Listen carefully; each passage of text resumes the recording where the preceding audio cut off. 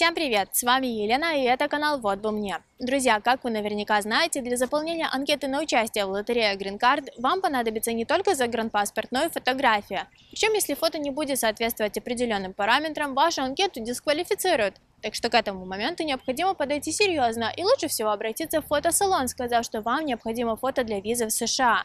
Но даже обратившись к профессионалам, я все равно рекомендую лично проверить фотографию на соответствие всем параметрам после того, как вы ее получите. В этом видео мы поговорим о самых важных моментах и главное о том, как сделать фото самостоятельно в домашних условиях. В первой части видео я расскажу про требования к фотографии, а в конце покажу, как ее сделать на личном примере. Итак, поехали!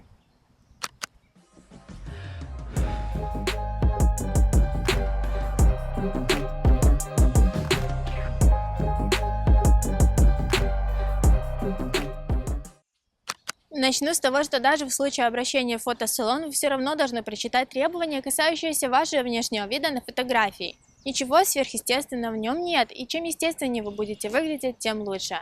В первую очередь запрещено надевать униформу, кроме религиозной одежды, которую вы носите каждый день. Простой повседневной одежды более чем достаточно, и нужно выряжаться в лучшие костюмы и платья. Также запрещены любые головные уборы и очки. Неважно, солнцезащитное или для зрения, их необходимо снять. В правилах указано, что в редких случаях очки на фото допустимы, например, если их нельзя снимать после операции на глазах, но в таком случае будет необходимо предоставить медицинское заключение. Наушники и другие подобные предметы, естественно, тоже недопустимы. Исключение составляют слуховые аппараты, если вы носите их постоянно. Цветное фото должно быть сделано в анфас на белом или приближенном к белому фоне без рисунков и орнаментов. Глаза, естественно, открыты и смотрят прямо в камеру. Челка не должна закрывать глаза, а кроме того, я рекомендую заправить волосы за уши, чтобы все части лица были максимально открыты. Выражение лица должно быть нейтральным, а не эмоциональным. Никакой тени на лице и заднем фоне быть не должно, это очень важный момент. Кстати, фотография должна быть свежей, сделанной в течение последних 6 месяцев, чтобы отразить ваш текущий внешний вид. Так что прошлогоднее фото, а тем более фото, которое вы уже загружали для участия в предыдущей лотерее, не подойдет. Фотографию запрещено ретушировать, а значит нельзя менять оттенок кожи, убирать морщины, прыщи, шрамы, круги под глазами и так далее. Естественно, нельзя вырезать себя или задний фон, а само фото должно быть хорошего качества, не слишком темным, без пересвета, расфокуса, шумов и эффекта красных глаз. В наш век технологий для этого не требуется профессиональная фототехника, и практически любой смартфон справится с этой задачей. Главное сделать фото при нормальном освещении на белом или светлом фоне. Цифровое фото необходимо сохранить в формате JPEG, а правильно его обрезать, выбрав верные пропорции и размеры, поможет специальное фотоприложение на официальном сайте Бюро консульских дел США, ссылку на который я оставлю в описании. Пользоваться ним очень просто, и в конце этого видео я покажу как. Кстати, даже после обрезки фотографий в приложении я советую проверить параметры самостоятельно в любом фоторедакторе, потому что наличие бороды, высокой прически или немного неправильный выбор позиционирования глаз может исказить результат, и пропорции головы будут немного выходить за рамки требований. В таком случае фотографию необходимо будет подрезать заново. Кстати, если у вас есть супруг или супруга, а также дети, фотографии должны быть сделаны на них всех, даже если они не планируют эмигрировать вместе с вами. Кроме того, фотографии нужны на детей от предыдущего брака, а также на детей текущего супруга от предыдущих браков, если такие имеются, даже если они не проживают с вами. Единственный нюанс – фото не нужно, если ребенку уже исполнился 21 год или он уже состоит в браке.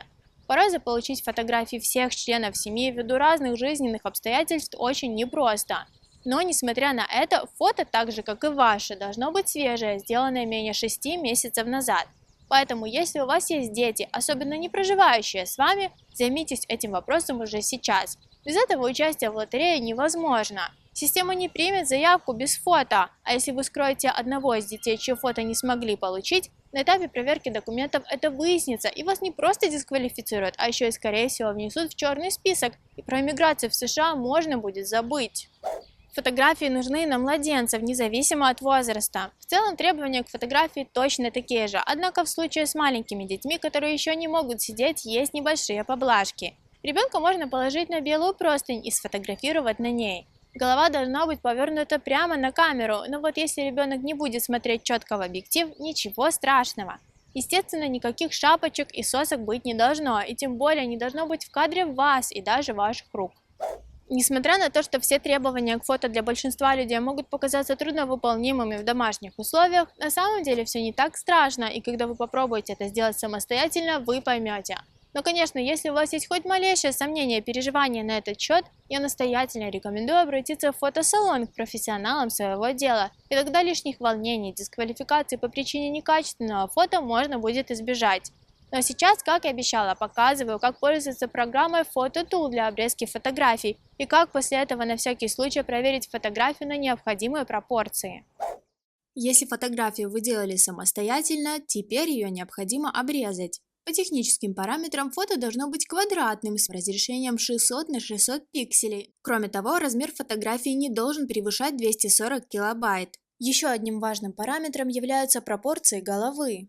Так, например, голова от макушки до подбородка должна занимать от 50 до 69% от общей высоты фотографии. Если говорить про фото разрешением 600 на 600 пикселей, то размер головы должен быть в пределах между 300 и 414 пикселями. Расстояние же от уголка глаза до нижнего края фото должно составлять от 56 до 69% или от 336 до 414 пикселей соответственно.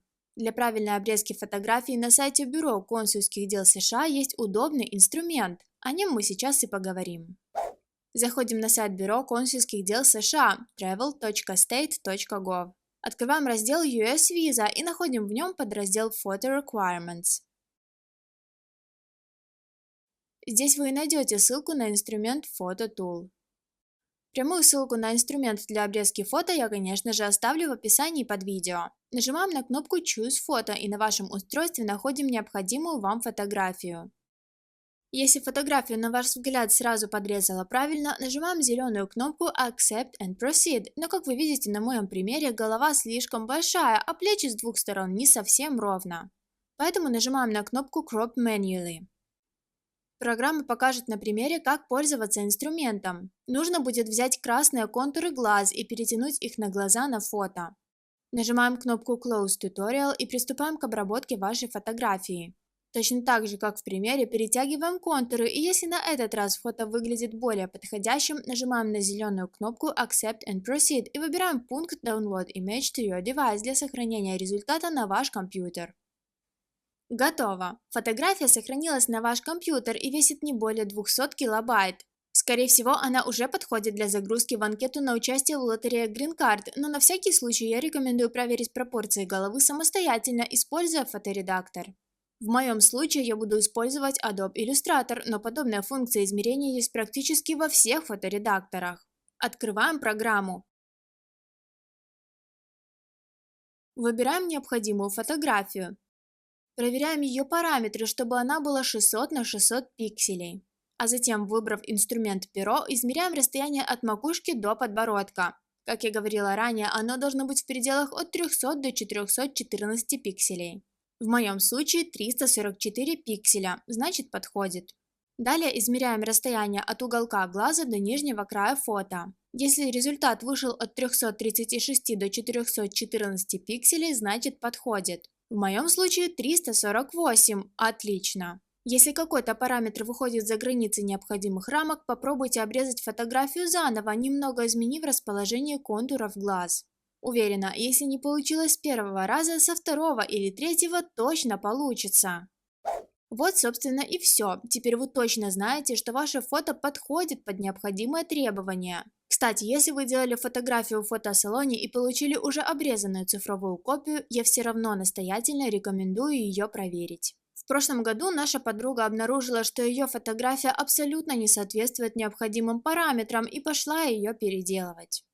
На сегодня все, друзья. Если информация была полезной и познавательной, поддержите наш проект. Подпишитесь на канал, подключите уведомления, поставьте лайк и поделитесь этим видео с друзьями. А если у вас остались вопросы к нам, смело задавайте их в комментариях. Каждую неделю мы делимся полезным контентом, так что зовите друзей и оставайтесь с нами.